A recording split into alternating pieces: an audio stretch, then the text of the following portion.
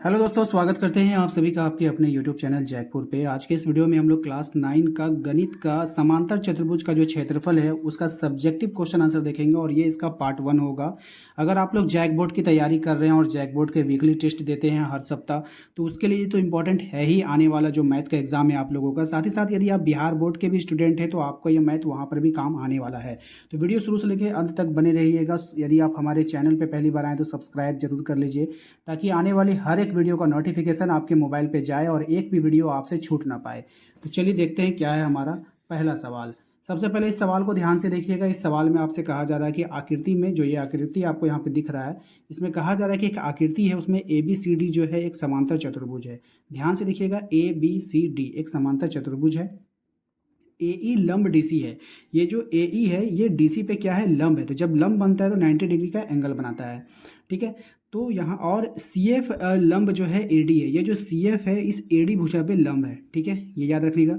यदि A B बराबर 16 centimetre है, ए और बी की जो लंबाई है वो 16 सेंटीमीटर आपको दे दिया गया है, और ए ई जो है 8 सेंटीमीटर है, और ए से ई की जो लंबाई है वो 8 सेंटीमीटर है, और सी से एफ की जो लंबाई है वो 10 सेंटीमीटर है, ठीक है। तो ए डी का मान ज्ञात करना है आपको, ए से डी का मान। तो चलिए, बिल्कुल आपको लग रहा होगा ना कि बहुत बड़ा सवाल है, बहुत टफ सवाल है, ऐसा कुछ भी नहीं है, ठीक है। ध्यान से देखिएगा, समांतर चतुर्भुज का जो क्षेत्रफल होता है वो आधार गुना शीर्षलंब होता है। तो समांतर चतुर्भुज का जो क्षेत्रफल है, तो आधार आप लीजिएगा क्या, सी डी, ये इसका आधार हो गया, और शीर्षलंब में क्या लीजिएगा, ए ई लीजिएगा, ए ही ले लिए। लेकिन आप सी डी को ए बी भी लिख सकते हैं, क्यों? क्योंकि ए बी और जो सी डी होता है ना वो इक्वल होता है। समांतर त्रिभुज में आमने सामने की वजह क्या होती है, बराबर होती है। अब यहाँ पे देखिएगा, ए हम लोग इसलिए ले रहे हैं क्योंकि हमें ए बी की लंबाई दिया है। बात समझ में आया? सी डी का लंबाई हमें मालूम नहीं है, लेकिन हमें ए बी का लंबाई मालूम है, इसलिए सी डी की जगह में हमने क्या ले लिया, ए बी ले लिया, क्योंकि ये क्या होता है, बराबर होता है, ठीक है। अब हमने ए ही लिख दिया। अब यहाँ पे देखो 16 इंटू 8 करेंगे 128 सेंटीमीटर, ये इसका समांतर चतुर्भुज का क्षेत्रफल निकल कर आ गया।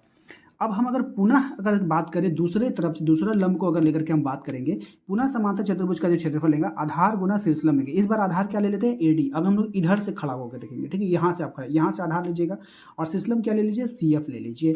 तो आपको समांतर चतुर्भुज का क्षेत्रफल 128 निकाले आप यहाँ पर, ठीक है। एडी आधार हो गया और सी एफ शीर्षलंब हो गया, एडी और सी एफ की लंबाई आपको 10 दे दिया, लेकिन ए डी तो आपको फाइंड करना है, ए डी आपको निकालना है। तो जैसे आप ए डी को रोकोगे तो ये 10 कहाँ चला जाएगा, 128 के नीचे चला जाएगा, और यहाँ पर 10 है, नीचे में 10 है, तो एक जीरो है तो एक अंक के बाद पॉइंट लगा दीजिएगा, 12.8 सेंटीमीटर, ये आपका आंसर आ जाएगा। तो उम्मीद करते हैं कि आप लोगों को समझ में आ गया होगा। चलते हैं दूसरे सवाल पे।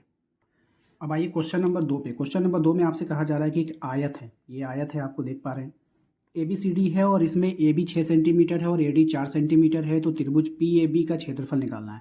ये जो पी ए बी एक त्रिभुज बन रहा है, इसको आप ड्रॉ कर देते हैं। ये वाला देखो, आप ये ड्रॉ किए ना, तो इसका आप लोगों को एरिया निकालना है, ठीक है।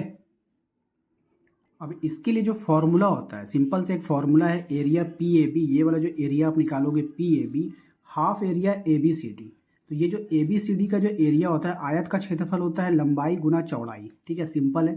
तो हमने क्या लिखा है यहाँ पे, हाफ इंटू 6 इंटू 4, यानी कि लंबाई गुना चौड़ाई, हाफ कर दो, 2 से इसको काट दो, 2 बार में 6 दूना 12 सेंटीमीटर स्क्वायर, ये इसका आंसर हो जाएगा। तो उम्मीद करते हैं कि आप लोगों को ये भी सवाल समझ में आ गया होगा। अगला सवाल देखो क्या है, एक समचतुर्भुज का विकर्ण 24 सेंटीमीटर और 10 सेंटीमीटर है। एक समचतुर्भुज है, उसका विकर्ण होता है, विकर्ण जो होता है ना बाबू, दो गो होता है, वो इधर से जाता है, वो इधर से जाता है। बात समझ में आया?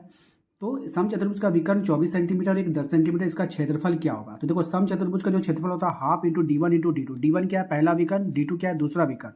तो यहाँ पे आप ध्यान देने वाली बात है आपका, अगर आप इसको ध्यान दोगे यहाँ पे, तो हाफ इंटू 24 इंटू 10 किए, 2 से कर दिए 12, बार में 12 दैया कितना हो गया, 120 सेंटीमीटर स्क्वायर, और यही आपका क्या हो जाएगा, आंसर हो जाएगा। उम्मीद करते हैं कि आप लोगों को ये भी सवाल समझ में आ गया होगा।